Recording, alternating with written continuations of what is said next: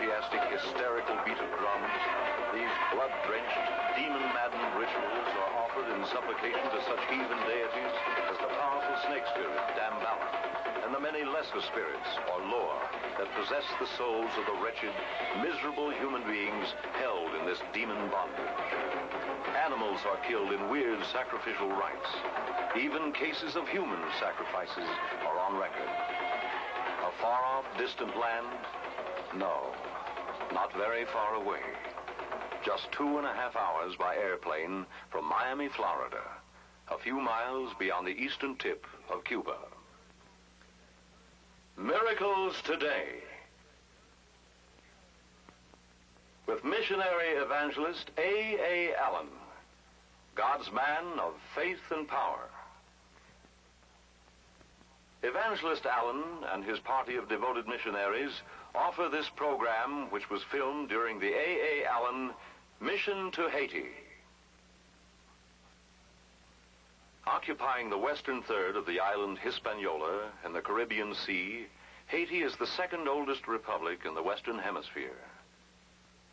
Established in 1804, when the slaves brought from Africa revolted from their French masters, the stately presidential palace in Port-au-Prince is a monument to the determined bravery of the slaves who broke their bonds and raised the flag of their own independent republic.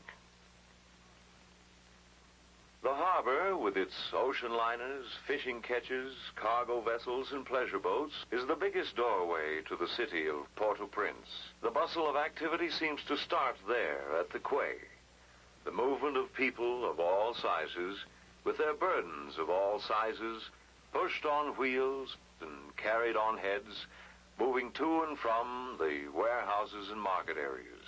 Coffee is the major export, and there is hope that the production and shipment of sugar will once again equal the records of the late 18th century, when Haiti, as a French colony, shipped 160 million pounds per year.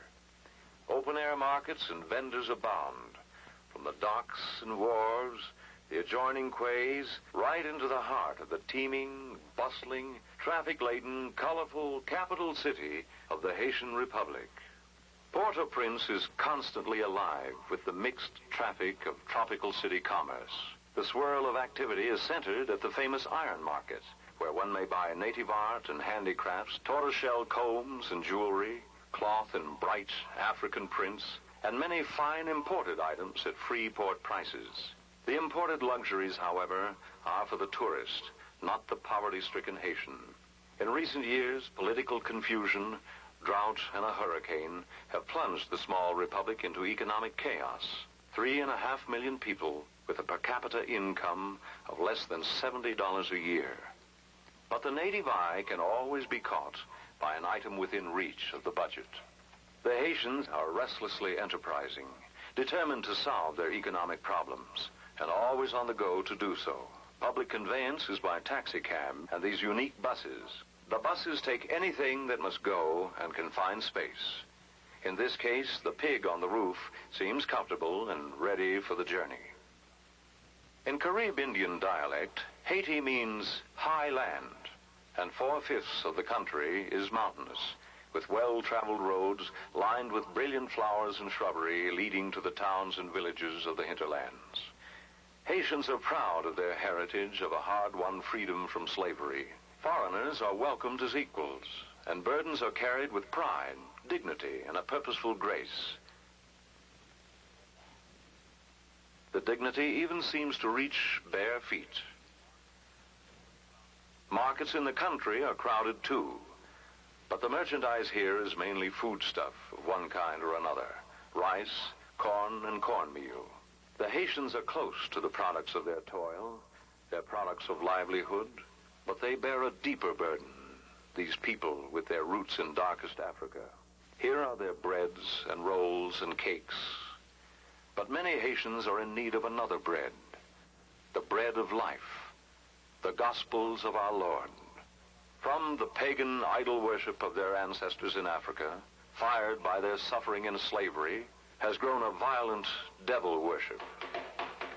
Here now is a presentation of some of the demon-possessed rites of voodoo. This This is the Hungan, or voodoo priest. He is calling upon certain spirits to attend these dancers and inspire the ritual dance about to be performed.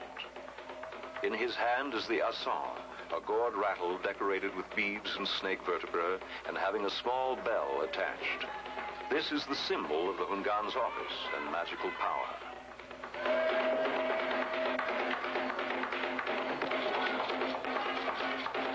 These are the Hunsi, the Hungan's female assistants. The dance begins.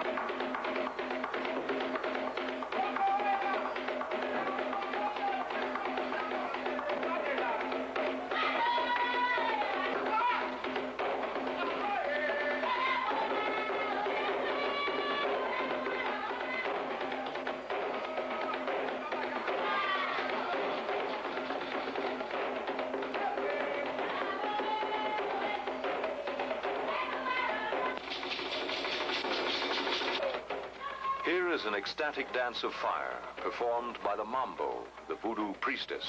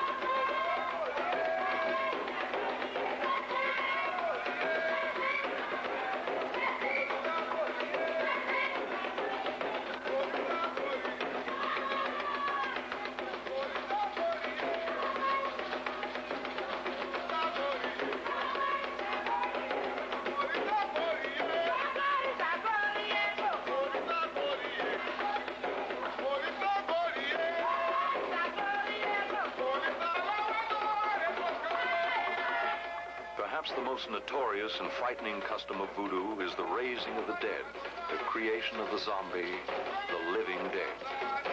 Here now is the ceremony involved in that fiendish rite. Under the sheet is the alleged corpse. Demon spirits are called to take possession of the body, giving it the appearance of life. Assistants to the Hungan begin the ceremony. Rum and oil is poured on the sand floor of the Hunfort, or voodoo temple. The Hungan is about to make his entrance and take charge of the ceremony. Voodooism has taken elements of Christian beliefs and practices learned from the missionaries, deformed and twisted them, and incorporated them into their pagan rites. St. Patrick, for instance, because he was pictured with snakes at his feet, was interpreted as being in collaboration with the snake god Damballa. And in many Hunforts, the saint who brought Christianity to Ireland can be seen represented as completely voodooized. They have taken the sign of the cross, the symbol of the instrument by which Jesus divested the world of its sins, and like simple, deluded children, with insufficient knowledge and no logical reason,